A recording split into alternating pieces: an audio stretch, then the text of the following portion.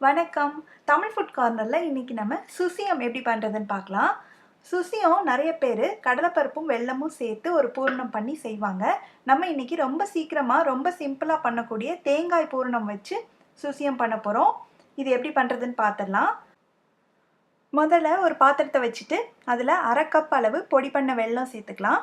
உங்களுக்கு இனிப்பு சுவை கொஞ்சம் கம்மியாக இருந்தால் போதும்னு நினைக்கிறவங்க வெல்லத்தோட அளவை கொஞ்சம் குறைவாக சேர்த்துக்கோங்க. இதில் கொஞ்சமாக தண்ணி சேர்த்து இந்த வெல்லம் வந்து நல்லா கரையணும். பாகுபதம் வர அளவுக்கு நம்ம வச்சிடக்கூடாது, கரைஞ்சிட்டா மட்டும் போதும். இப்போ வெல்லம் நல்லா கரைஞ்சிருச்சு.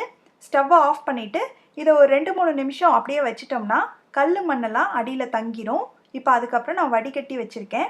இந்த கல் மண்ணெல்லாம் அந்த வடிகட்டிலே தங்கிடுச்சு. அடுத்து பூரணம் பண்ணிடலாம். ஒரு கடாயை சூடு பண்ணி அதில் நம்ம வடிகட்டி வச்சுருக்க வெள்ளை கரைசலை சேர்த்துடலாம். 1/2 கப் பொடி பண்ண வெல்லத்துக்கு 3/4 கப் துருவின தேங்காய் வச்சுருக்கேன். இப்போ தேங்காய் துருவலையும் சேர்த்துடலாம். இது ரெண்டையும் நல்லா கலந்து விட்டு அந்த வெல்லமும் தேங்காய் துருவலும் ஒன்றா சேர்ந்து வரணும். அது வரைக்கும் இப்படி கிண்டி கிண்டி விட்டு இந்த பூரணத்தை வந்து ரெடி பண்ணணும். இப்போ நல்லா ஒன்றா சேர்ந்து வந்துடுச்சு. இன்னுமே இது நல்லா கெட்டியாக வரணும்.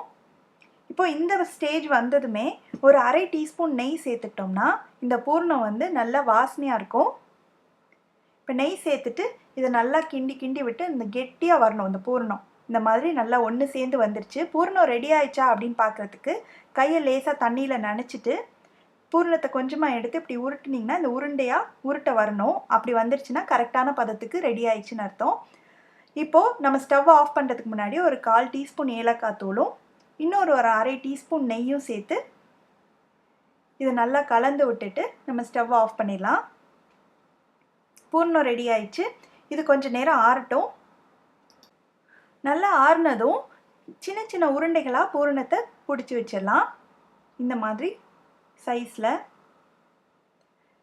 இப்போ நீங்கள் உருண்டை பிடிக்கும்போது கையில் ஒட்டுற மாதிரி இருந்ததுன்னா கையை தண்ணியில் நனைச்சிட்டு அதுக்கப்புறம் உருண்டை பிடிங்க.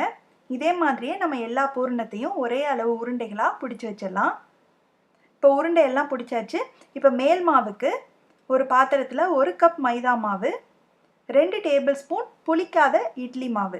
இட்லி மாவு இல்லாதவங்க பச்சரிசி மாவும் சேர்த்துக்கலாம். இட்லி மாவு சேர்த்தா சுசியம் வந்து நல்ல சாஃப்டாக இருக்கும். மேல் மாவுக்கு சுவை தர்றதுக்காக ஒரு பிஞ்ச் மட்டும் உப்பு சேர்த்துக்கலாம்.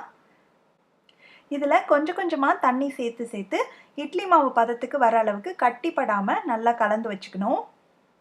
இந்த மாதிரி நல்லா கலந்தாச்சு. இந்த பதத்துக்கு இருக்கணும் மாவு.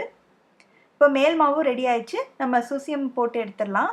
அதுக்கு தேவையான அளவு எண்ணெயை கடாயில் சூடு பண்ணியிருக்கேன். இப்போ நம்ம உருண்டை பிடிச்சி வச்சுருக்கோம் இல்லையா, அந்த பூரணத்தை எடுத்து இந்த மாவில் நல்லா முக்கி நல்லா பூரணம் வந்து அந்த மாவில் நல்லா கோட் ஆனதுக்கப்புறமா அதை எடுத்து இந்த எண்ணெயில் போட்டுடலாம். அந்த பூரணம் வந்து வெளியில் தெரியாத அளவுக்கு நல்லா மாவு வந்து கவர் ஆயிடணும். பூரணம் கொஞ்சம் வெளியில் தெரிஞ்சுதுன்னா எண்ணெயில் நம்ம போடும்போது எல்லாம் வெளியில் வந்துடும். இந்த மாதிரி ஒரு 4-5 உருண்டைகளை மாவில் இப்படி கோட் பண்ணி போட்டுடலாம். ஸ்டவ்வை வந்து மிதமான தீயில் வச்சுக்கோங்க. இந்த மாதிரி அப்பப்போ திருப்பி விடுங்க. அப்போ தான் எல்லா பக்கமும் ஒன்று போல் நல்லா வேகும். இப்போது சுசியம் வெந்துருச்சு. இதை நம்ம எண்ணெயெல்லாம் வடித்து ஒரு பாத்திரத்தில் மாற்றி எடுத்துக்கலாம். இதே மாதிரியே நம்ம எல்லாத்தையுமே எண்ணெயில் பொரித்து எடுத்துடலாம். ரொம்ப சுவையான ரொம்ப ஈஸியாக பண்ணக்கூடிய சுசியம் ரெடி ஆயிடுச்சு. இது குழந்தைங்களுக்கு ரொம்ப பிடிக்கும். நீங்களும் இந்த ரெசிபியை கண்டிப்பாக ட்ரை பண்ணி பார்த்துட்டு உங்களோட கமெண்ட்ஸை ஷேர் பண்ணுங்கள். இதே மாதிரி நிறையா வீடியோஸ் பார்க்கணுன்னா மறக்காமல் தமிழ் ஃபுட் கார்னருக்கு சப்ஸ்கிரைப் பண்ணுங்கள். நன்றி.